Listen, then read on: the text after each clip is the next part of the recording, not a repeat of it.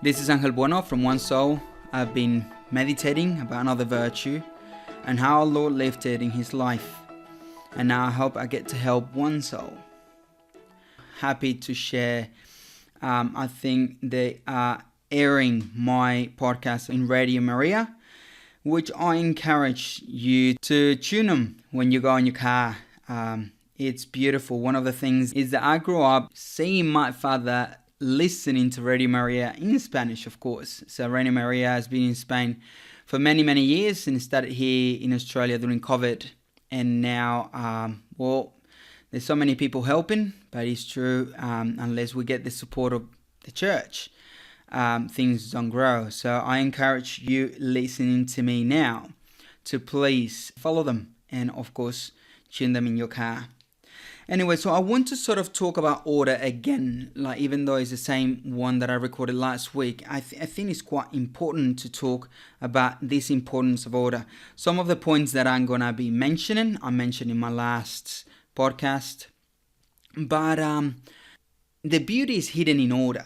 And that's why, as I said last week, is in creation that we can find that order. And that after original sin, that order was sort of broken. The same way that it is broken in our souls, because sin is coming.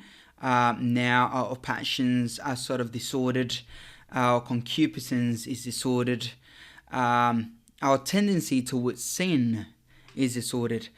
And also nature is disordered, of course. So that's why natural disasters sort of start taking place. And it's true, they are not God's creation.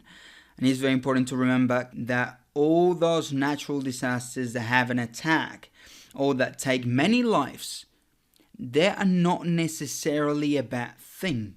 But it's true that without God, you cannot understand it, because it's God, the one that puts order in all the disorder of the world. Out of that disorder that is already happening, God brings good things out of things that might not be great, that might not come from Him. So we know that God turns all things towards Him, all things towards good. And like I myself, I'm a witness of that. For many years, I didn't have a good life close to God at all. My life was completely disordered in every single way. But like a good friend said to me the other day, is don't reject that. Of course, don't be proud of it, but don't reject it. Because out of that, God was able to build someone good, someone that now can do a lot of help. And it's important to see that disorder in our lives, but always aiming towards putting that order in our spiritual life, in our personal life, in our friendships, in our marriages, in our relationship with our children.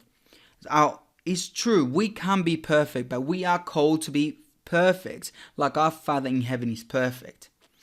We are not told, be now, right now, perfect. But you're told, like, that is your goal. We can't be God. And that will be a heresy to say. But we need to want to be like Him.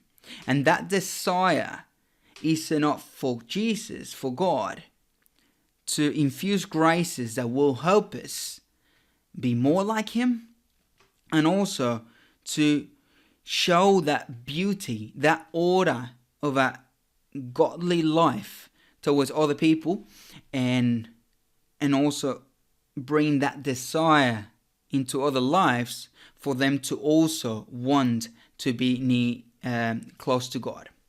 So how do we find that order? Order is a virtue. It's a virtue that will come through practice. We know virtues are repeated habits that sort of help us to a life of grace. So they are good habits that help us to be more like Jesus. So how do we do that? Well, in the little things of every day, to put that effort, to try to bring that order. It's true, as I said before, you and I can't be perfect today and now. We'll be pretty good when we get to heaven, but we can't be perfect now. But why when we get to heaven we'll be sort of orderly is basically because we have followed and imitated Jesus. That is what is a saint. That's why when the Catholic Church calls somebody a saint and investigate whether somebody is in heaven, apart from the miracles, they study that in their lives they have lived virtue to a heroic level. And that is the root of this podcast, and in virtue. And that's why I sort of turn this podcast towards virtue, because it is by growing in virtue that we become more Christ-like. And that is the goal. That is sanctity, to be more like Jesus. And the more like Jesus we are, more orderly we are in our lives. More things fall into place. And also, we need to remember that the virtue of order, even though it's not a cardinal virtue, is not one of the core virtues that lead to other virtues, it's a virtue that is involved with many other virtues. When we put order in our relationship with God, we are building the virtue of piety. When we order our relationship with others, we are building the virtue of justice. Also, when we order our appetites, we are building temperance or fortitude. When we don't do what we feel like, or when we just don't indulge ourselves with everything, we'll be building these virtues. When we order our concupiscence, we are building chastity. When we order our passions and our material things, our passions is for chastity, and when we order our material things, we're living tidiness, but also, in a certain sense, poverty. So when we order our humanity, we're actually building a life of grace. The life of grace that we are called. And that's why in that life of grace is when the sacraments come in. So sacraments bring order into our lives. That's why it doesn't make sense for a Catholic to say, well, I just go to Mass on Sundays and that's it. So our life of grace is something that is continuously working. We cannot just sit down and chill. Remember what Jesus says about the lukewarm. The lukewarm I'll vomit out of my mouth. So for me, when I was growing up, there's two lines that hit me from the Gospels. One is that, about the lukewarm, and the other one is about the one that damages one of the little ones. And that's why I'm a teacher, and I love being a teacher because I try to bring Jesus into the life of these kids. But it is in that order in our lives that we can bring through the sacraments. So we cannot just go to confession when we have mortal sins, because we commit many faults. I'm married with 4 kids, and there's so many times that I do the wrong thing at home, either with my wife or with my children. Then, of course, I'm not cheating on her. I'm not slapping my children across the face. But many times I disrespect them, or I lose my temper, or I do whatever that is actually not good for them. So in those cases, I say sorry. And I say, like, for example, just the other day to one of my daughters, I spoke, so she's a bit more sensitive, and I spoke a bit rough to her, like stop it, Emmy, even though I was taking on her because I had my son poking me in the eye, and then my daughter beat me in the arm. Because she's older and she's more mature, I sort of lost it at her, and I told her to go away and this and that, when it wasn't really her fault. What was really being annoying was the little one poking my eye, but it was one of those overtouched situations. And I had to go to my daughter and say, I'm very sorry, Emmy. I don't know what happened. I know you didn't do it. You were just playing. It's awkward. So those are little faults. I haven't completely disrespected or lost my connection with her. Well, the same that happens with God. We don't just kill our relationship with God, and then when we go say sorry, we need to say sorry regularly. That is a sacrament of penance. I didn't wake up in the morning when I was meant to. I didn't do my best at work. I disrespected my kid, raising my voice, because the sacraments as sources of grace, and it is there when we find that order for our daily life.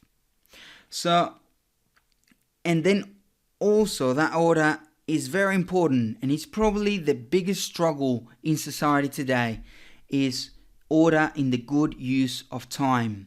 People work and work, and many people don't have order about working too much. Some people don't have order about working too little. Some people waste too much time. Some people just pack their time too much that they don't have time for the loved ones.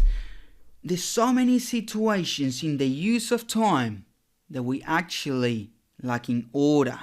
Even though we might be very busy and very well organized, we might be lacking order.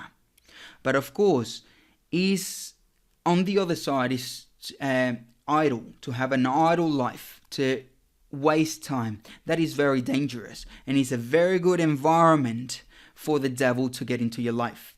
I remember growing up, a talk that I received in chastity, they said, like, fill your time with good things. Bring that order into your time, because that way the devil won't be able to tempt you. In that case was on purity. But when you keep your day filled and the things that you do them for God and with order, then the devil doesn't have a place to come into your life.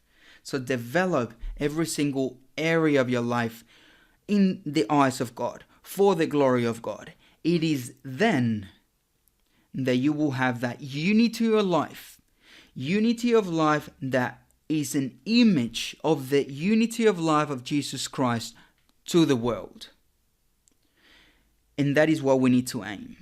When we unite every single area of our lives, our work life, our family life, our friends life, our friendship life, our own personal life, when all that is united for the glory of God, then we will be able to show the figure and the order of the life of Jesus to many others. And finally, remember what I said last week. One of the most interesting lines of Saint Josemaria. He said, if you want to know the state of a soul, check his wardrobe. Well, we can see when we don't show order to the world in the different areas of our lives, we might be showing the world that the state of our soul. And this is important. And we need to pray for this. We don't need to be perfect today, but we need to set the steps to aim for that perfection that we see in our Father in heaven, in the order of God. And we will leave it there. We ask Our Lady for her intercession. Apart from Jesus' life, the most orderly life that has ever existed is Our Lady's. We ask for her intercession. Our Mother of good order, pray for us. This is Angel Bueno from One Soul. It's been a pleasure talking to you today, and I look forward to talking to you soon. God bless.